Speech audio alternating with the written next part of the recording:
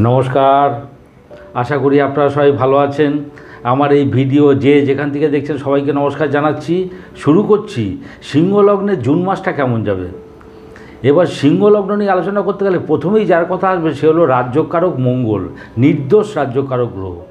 মঙ্গল হলো চতুর্থপতি এবং নবমপতি। চতুর্থ হলো বৃশ্চিক, নবম হলো মেষ। মঙ্গল 1 জুন মেষে গমন করবেন, ওখানে মাস দেড়েক ওই ঘরটা থাকবেন।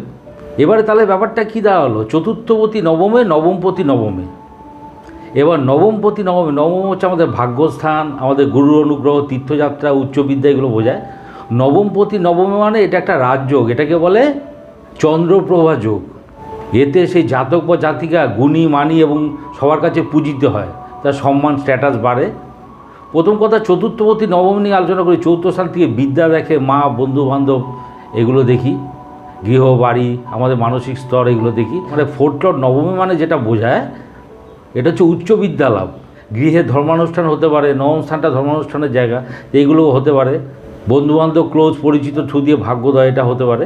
মঙ্গলটা যে মেষে গিয়ে অবস্থান করছে, কয়েকটা দিন বাদে ভরণী নক্ষত্রে ঢুকবে। ভরণী নক্ষত্রটা কি দশমপতির নক্ষত্র।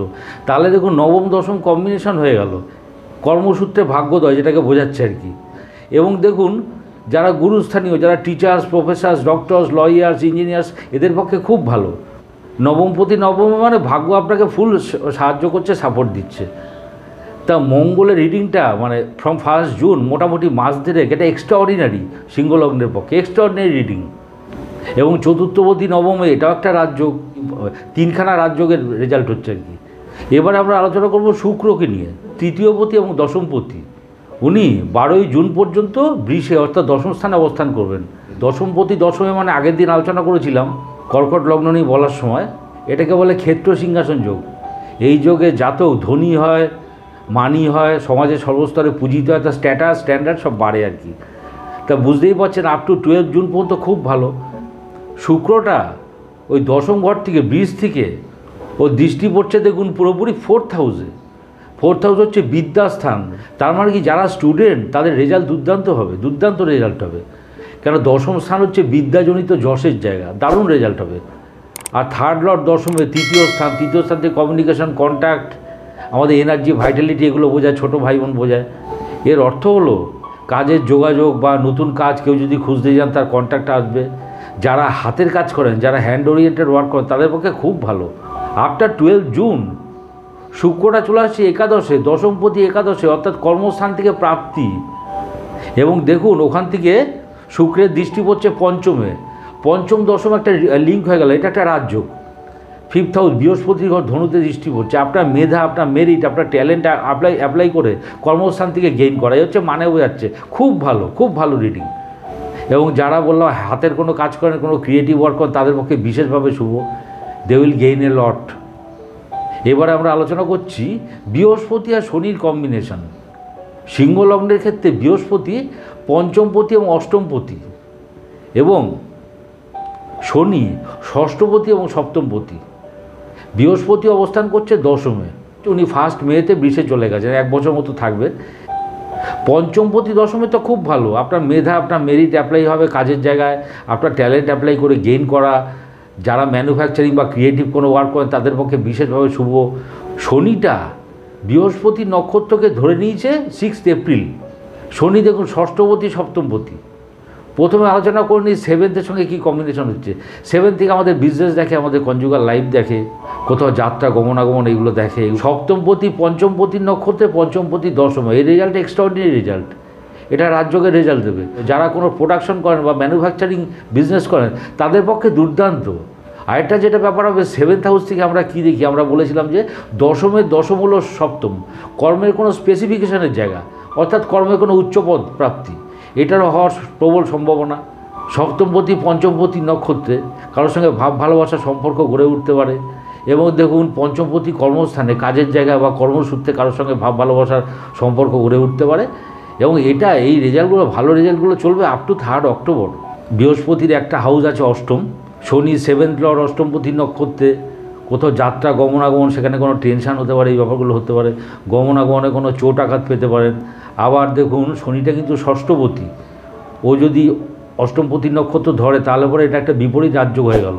কনজুগাল লাইফ বলুন, আপনার বিজনেস যা যা ঝঞ্ঝাট ঝামেলা হবে এগুলো ইট উইল বি ড্যামেজড, যাকে বলে আর কি, বিনাশগত হবে, এটা মানেটা বোঝায় আর কিরমভাবে। আরেকটা কথা, সপ্তমপতি পঞ্চমপতি নক্ষত্রে পঞ্চমপতি দশমে কর্মস্থানে 7th আর 10th একটা কম্বিনেশন হয়ে যাচ্ছে। এটা বোঝায় যারা ট্যুর অ্যান্ড ট্রাভেল জব করেন, যারা সেলস বা মার্কেটিংয়ে জব করেন, তাদের পক্ষে খুব ভালো, তাদের টাইমটা খুব ভালো যাবে। এটা মোটামুটি 3 অক্টোবর পর্যন্ত এই যোগটা চলবে। সুতরাং শনি বৃহস্পতি কম্বিনেশন মিক্সড, ভালো মন্দ মিলিয়ে একটা রেজাল্ট দেবে। এবারে আমরা আলোচনা করছি রবি লগ্নপতিকে নিয়ে। লগ্নপতি উনি 15 জুন পর্যন্ত রয়েছেন বৃষে।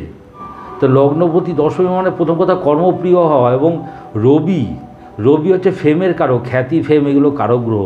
তো লগ্নপতি দশমী মানে কর্মস্থানে আপনার খ্যাতি হবে, আপনার ফেম বাড়বে, এই ব্যাপারগুলো হবে। এটা থাকবে আপ টু 15 জুন।